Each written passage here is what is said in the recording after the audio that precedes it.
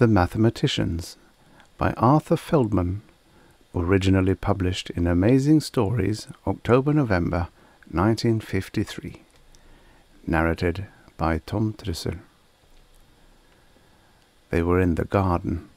"Now, Zoe," said Senior Hawkins to a 9-year-old daughter, "quit fluttering around and Papa will tell you a story." Zoe settled down in the hammock. "A true story, Papa?" "It all happened exactly like I'm going to tell you," said Drake Hawkins, pinching Zoe's rosy cheek. "Now, 2011 years ago, in 1985, figuring by the earthly calendar of that time, a tribe of beings from the dog star Sirius invaded the Earth." "And what did these beings look like, Father?" "Like humans, in many, many respects. They each had 2 arms, 2 legs, and all the other organs that humans are endowed with." "Wasn't there any difference at all between the star beings and the humans, Papa?" "There was. The newcomers, each and all, had a pair of wings covered with green feathers growing from their shoulders, and long purple tails." "How many of these beings were there, Father?" "Exactly 3,041 male adults and 3 female adults. These creatures first appeared on Earth on the island of Sardinia. In 5 weeks' time they were the masters of the entire globe." "Didn't the Earthlings fight back, Papa?" "The humans warred against the invaders using bullets, ordinary bombs, super atom bombs, and gases." "What were those things like, Father?" "Oh, they've passed out of existence long ago. Ammunition, they were called. The humans fought each other with such things." "And not with ideas like we do now, Father?" "No, with guns, just like I told you. But the invaders were immune to the ammunition." "What does immune mean?" "Proof against harm.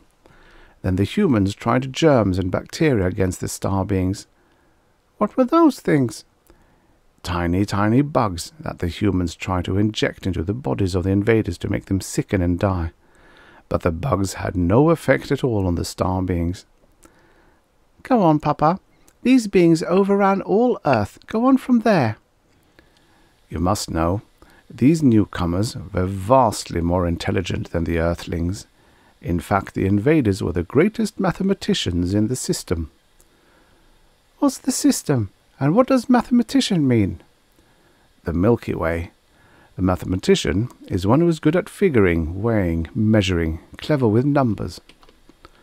"Then, Father, the invaders killed off all the Earthlings?" "Not all.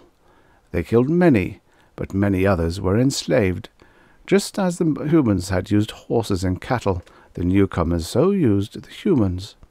They made workers out of some, others they slaughtered for food." "Papa, what sort of language did these star beings talk?" "A very simple language, but the humans were never able to master it. So the invaders, being so much smarter, mastered all the languages of the globe." "What did the Earthlings call the invaders, Father?" "Ainvils. Half angels, half devils." "Then, Papa, everything was peaceful on Earth after the Ainvils enslaved the humans?" "For a little while. Then some of the most daring of the humans, led by a man named Noel, escaped into the interior of Greenland. This Noel was a psychiatrist, the foremost on Earth." "What's a psychiatrist?" "A dealer in ideas." "Then he was very rich?" "He'd been the richest human on Earth. After some profound thought, Noel figured a way to rid the Earth of the Ainvils." "How, Papa?" "He perfected a method called the Noel-Hughes-Elinsky technique of imbuing these Ainvils with human emotions." "What does imbuing mean?" "He filled them full of and made them aware of."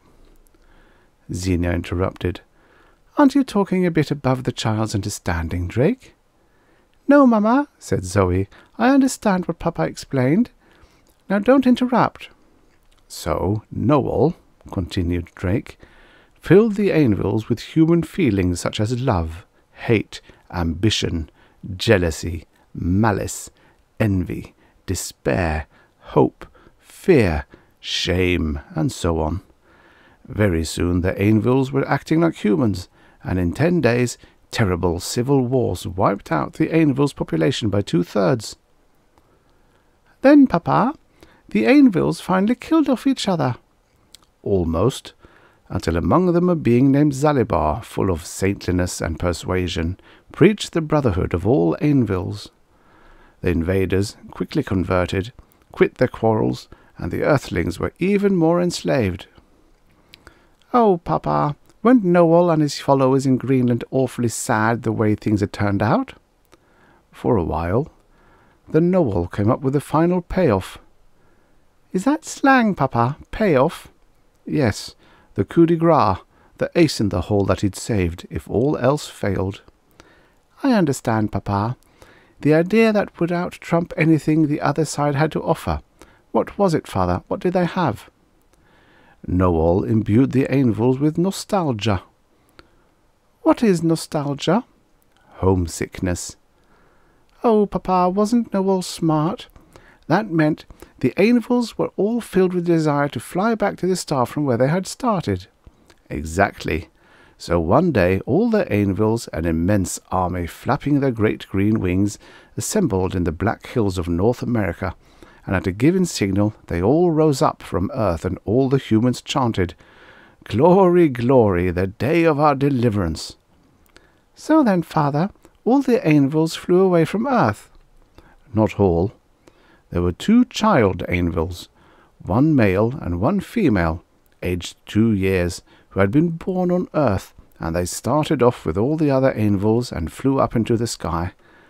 But when they reached the upper limits of the stratosphere, they hesitated, turned tail, and fluttered back to earth where they had been born. Their names were Zizzo and Zizza. And what happened to Zizzo and Zizza, Papa? Well, like all the Ainvilles, they were great mathematicians, so they multiplied. Oh, Papa, laughed Zoe, flapping her wings excitedly, that was a very nice story.